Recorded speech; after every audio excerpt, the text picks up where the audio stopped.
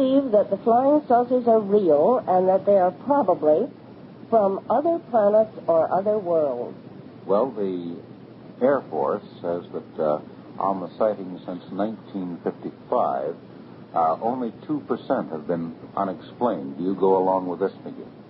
That figure does not apply to all of the reports by any means.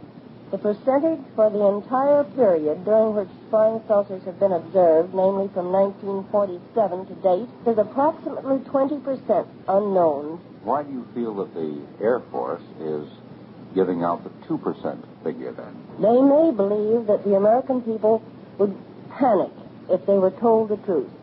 We do not agree with this, and we believe that the Air Force should make their reports public. The Air Force maintains they have given all reports out. I suggest that anyone that believes that statement should try to obtain from the Air Force any of the reports in their files. Well, do you believe the statements that many people have made that they have been in contact with these flying saucers? No, CSI does not accept any of the contact communication stories. No real proof has been offered. Nowadays, we are confronted with the possibility that we may very soon be out in space, meeting possible intelligent beings from other worlds, and there is a natural fear of the stranger, the creature from somewhere else. As you may know, there are already a number of reports of an entirely different kind which purport to describe meetings with creatures from outer space. Can you give us some examples?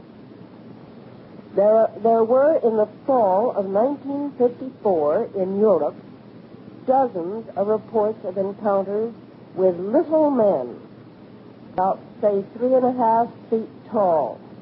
Then there were also, in the following winter, a number of reports of this type from South America. Then in the summer of 1955, there were reports from this country of encounters with small humanoid creatures, and which seems to deserve to be taken seriously. And the behavior of these little creatures is always completely mysterious. The human observers are always terrified. They don't want to have the experience repeated. They would rather forget it entirely.